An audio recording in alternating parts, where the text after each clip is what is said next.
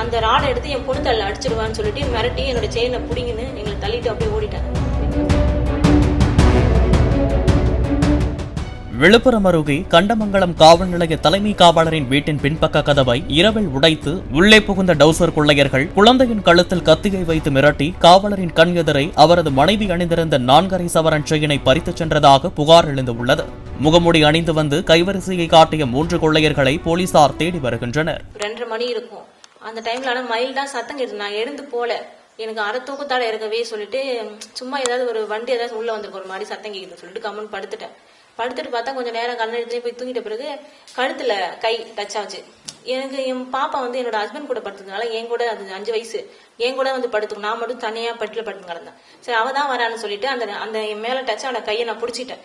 பிடிச்சி இழுக்கிறேன். என் கூட வந்து படுத்துக்க. என் பொண்ணு கீழே இருக்கிறதுனால நான் என் கூட பெட்ல படுத்துனா வரல.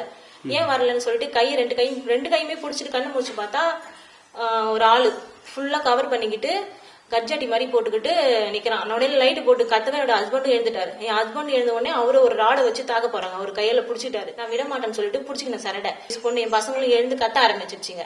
அந்த ராடை எடுத்து என் பொண்ணு தள்ள அடிச்சிருவான்னு சொல்லிட்டு மிரட்டி என்னோட செயினை பிடிங்கின்னு எங்களை தள்ளிட்டு அப்படியே ஓடிட்டாங்க. பின்வாசல் வழியா உடைச்சிட்டு போயிட்டாங்க. எத்தனை பேர் வந்தாங்க? 3 பேர் வந்தாங்க. 2 பேர் ராடு வச்சிருந்தாங்க, ஒருத்தவங்க கத்தி வச்சிருந்தாங்க. மொத்தம் எவ்வளவு பவுன்? மொத்தமா சேர்த்து 5 பவுன் இருக்கும்.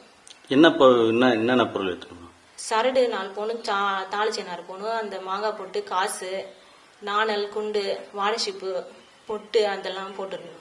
வீட்டுல வேற ஏதாவது பொருள் வச்சுல? பீரோ ஏதாவது உடைச்சாங்களா? இல்ல அதெல்லாம் டச் பண்ணல. பீரோ எல்லாம் செயின் மட்டும் என்னோட கழுத்துல அந்த செயினை மட்டும் உருவிக்கிட்டு நாங்க கத்தவே ஓடிட்டாங்க.